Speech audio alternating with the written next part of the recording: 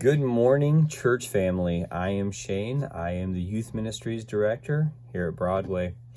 Thank you so much for joining us. Good morning, good evening, good afternoon, whatever time it may be that you're joining us. Just know that you are appreciated and your time is valued. And congratulations, you've made it through a really brutal year. And I know there are multiple levels of brutal, but you've made it through, and that's because God is still at work and God has got some big plans. And so as we look at the oncoming year and the unknowns and even some of the knowns, we can be confident that God is not done with us. He has things for us to do still, and namely to know Him more deeply, surrender to Him more fully, and that's on the horizon for all of us. So let me apologize before I begin. I do have a full household, and we had a snow day, so everybody's home and all the animals are here. So let's begin. Without a doubt, Isaiah contains some of the Bible's most beautiful reflections on forgiveness, renewal, and salvation. After the tragedy of the exile, where God's people found themselves in Babylon, a long way from home, yet as the Persian king Cyrus toppled the Babylonian Empire, the people began to hope that God would bring them back home and reconstitute the community. Rather than pronouncing judgment on the people, these prophecies encourage the exiles that God is still in control and that God still loves them. The God who led the people out of Egypt at the Exodus can also lead them out of the exile in Babylon. So join me in reading Isaiah 40:21 through 31. Don't you know? Haven't you heard? Wasn't it announced to you from the beginning? Haven't you understood that since the earth was founded? God inhabits the earth, horizons. Its inhabitants are like locusts. Stretches out the skies like a curtain and spreads it out like a tent for dwelling. God makes its dignitaries useless, and the earth judges into nothing. Scarcely are they planted, scarcely sown. Scarcely is their shoot rooted in the earth. When God breathes on them and they dry up, the windstorm carries them off like straw. So to whom will you compare me, and who is my equal, says the Holy One. Power for the weary. Look up at the sky and consider who created these. The one who brings out their attendants one by one, summoning each of them by name, because of God's great strength and the mighty power, not one is missing. Why do you say Jacob and declare Israel? My way is hidden from the Lord. My God ignores my predicament. Don't you know? Haven't you heard? The Lord is the everlasting God, the creator of the ends of the earth. He doesn't grow tired or weary. His understanding is beyond human reach, giving power to the tired and reviving the exhausted. Youths will become tired and weary. Young men will certainly stumble, but those who hope in the Lord will renew their strength. They will fly up on the wings like eagles. They will run and not be tired. They will walk and not be weary. So let's talk about the words indifference and cynicism. So indifference is the lack of interest, concern, or sympathy. And cynicism is an inclination to believe that people who are motivated purely by self-interest, skepticism. So as their exile in Babylon continues, Isaiah's people are forfeiting their faith in God and becoming defeated and cynical. Isaiah sees that a pep talk just isn't going to be enough. He tells the people to take a moment and stare up at the sky and consider who created these. His point is that human beings can't, finally, know very much at all about the wisdom and the ways of God. But these people, they do know that God has made everything that has made a covenant with them. He calls them Jacob and Israel, the names that remind them of his covenantal relationship.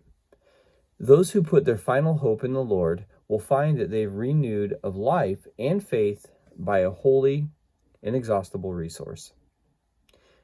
God's people can find new power and shake off their indifference and cynicism. So I ask you, has a personal communal experience of exile in your life, oppression or injustice or depression impacted your perception of God? Have you ever had someone in your life speak a difficult truth and loved you to shake you out of your indifference or cynicism? What happened? Were you ultimately glad they did this, or was it painful to hear? When we are stuck in indifference or cynicism, what kind of relationship is necessary for someone to have with us if we're going to receive hard truths with them? How do you think the people of Israel received these hard truths from Isaiah, who is living along with them in exile? Okay, so let's head on over to the book of Mark. We're going to pick up right where Jesus is healing Simon's mother-in-law. So after leaving the synagogue, Jesus, James, and John went home with Simon and Andrew. Simon's mother-in-law was in bed, sick with a fever, and they told Jesus about her at once. He went to her, took her by the hand, raised her up, and the fever left her, and she served him. Jesus' ministry spreads. That evening at sunset, people brought to Jesus those who were sick or demon-possessed. The whole town gathered near the door. He healed many who were sick with all kinds of diseases and threw out many demons. But he didn't let the demons speak because they recognized him. Early in the morning, well before sunrise, Jesus rose and went to a deserted place where he could be alone in prayer. Simon and those with him tracked him down. When they found him, they told him, "Everyone's looking for you." He replied, "Let's head in the other direction, to the nearby village, so that I can preach there too. That's why I've come." He traveled throughout Galilee, preaching in their synagogues and throwing out demons. So we can imagine that the residents of Capernaum thought that it would be a great thing if Jesus stayed there and made sure that no one got sick ever again without being cured. I mean, who wouldn't want to live in a place where everyone's sickness was cured, right? So why didn't Jesus stay? And why didn't Jesus just broaden his healings all the way to Galilee or everywhere that the Jewish people lived or the entire world? Certainly in his divinity, Jesus could have done that. If you're going to heal some people, why not heal everybody, right? So as he's leaving them, Jesus tells the people of Capernaum that he came to proclaim the good news of the kingdom of God. In other words, Jesus is telling them that curing sickness is all well and good, and that in his humanity, Jesus wants to do what he can to help those around him. But that's just a short fix, like curing a disease isn't the point of his mission.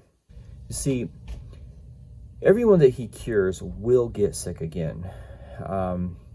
After all, even the people that he raises from the dead, like Lazarus, will eventually die again. Great as these miracles are, they're fundamentally unimportant in the greater scheme of these things for a reason. The earth is not our ultimate home. We are called to a greater place, and that's why Jesus did not want to spend all of his time curing people, and had to move on to preach the good news of the kingdom of God. Sure, we can and really must do everything we possibly can to make the world the best possible place for God's people. Jesus is very clear on that, but we're not here to make heaven on earth. And we can get caught up in pretty prideful attitudes if we spend a lot of the time thinking about how good we are at helping others. Like Jesus, we do what we can. We love our neighbors as ourselves in furtherance of the gospel. And as part of following Jesus' command, we make disciples of every nation. Like the famous journey of the wise men to visit Jesus. Let us be drawn on a very similar faith journey to where we are spiritually searching for Jesus. Like the wise men who chose not to go back the same way, let that serve as a reminder for us that once we have found Jesus, you never go back the way you come, and it's a whole new adventure.